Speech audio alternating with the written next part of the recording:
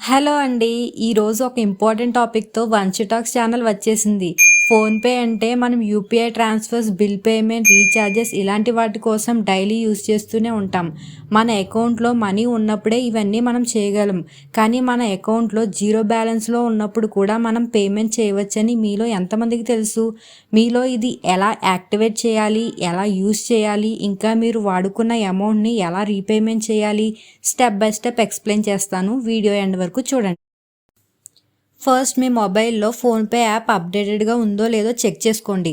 మీరు మీ ఫోన్లో wifi connect అయి ఉంటే డిస్కనెక్ట్ చేసి మొబైల్ డేటా ఆన్ చేసుకోండి. మీ బ్యాంక్ ఇంకా ఫోన్పే ఏ నెంబర్తో రిజిస్టర్ అయ్యారో ఆ సిమ్ని యూజ్ చేయాలి. ఇంకా మీ మొబైల్లో రీఛార్జ్ ప్లాన్ ఉండేలా చూసుకోవాలి. ఫోన్పే యాప్ ఓపెన్ చేసి కిందకి స్క్రోల్ చేస్తే మేనేజ్ పేమెంట్ ఆప్షన్లో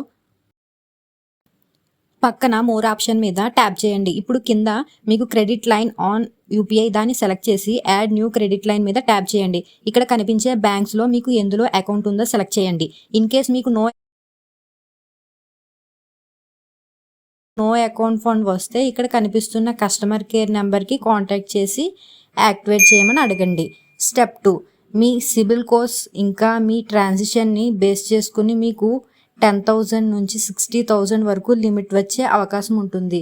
లిమిట్ అప్రూవ్ అయిన వెంటనే మీరు ఆ క్రెడిట్ని మీ యూపీఐ అకౌంట్కి లింక్ చేయాలి. మీ దగ్గర అమౌంట్ లేని టైంలో మీరు దీన్ని యూజ్ చేయాలని అనుకుంటే పేమెంట్ చేసే టైంలో ఇక్కడ కనిపిస్తున్న పే యూజింగ్ క్రెడిట్ అనే ఆప్షన్ని సెలెక్ట్ చేసుకోవాలి.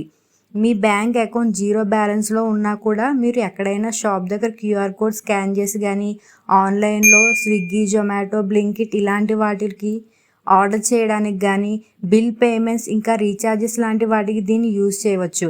కానీ పర్సనల్గా ఎవరైనా మనీ ట్రాన్స్ఫర్ చేయాలంటే మాత్రం మీరు చేయాలి.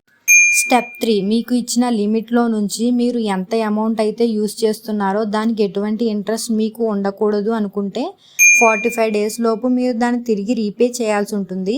ఇన్ కేస్ 45 డేస్ దాటితే మాత్రం మీరు ఇంట్రెస్ట్ లేట్ పేమెంట్ ఛార్జెస్ అయితే కట్టాల్సి ఉంటుంది. దీన్ని మీరు మాన్యువల్గా డ్యూ డేట్ లోపు పే చేసుకోవచ్చు. లేదంటే డ్యూ డేట్కి ఆటో డెబిట్ అయ్యేలా కూడా సెట్ చేసుకోవచ్చు. మీకు ఒక పర్సనల్ సజెషన్ ఏంటంటే క్రెడిట్ లైన్ అంటే అది ఫ్రీ మనీ కాదు. మీరు టైంకి రీపే చేయలేకపోతే ఇంట్రెస్ట్ ఇంకా లేట్ ఫీజు కూడా కట్టాల్సి ఉంటుంది. కాబట్టి ఈ ఫ్యూచర్ని మీకు నిజంగా అవసరమైతేనే యూజ్ చేసుకోండి.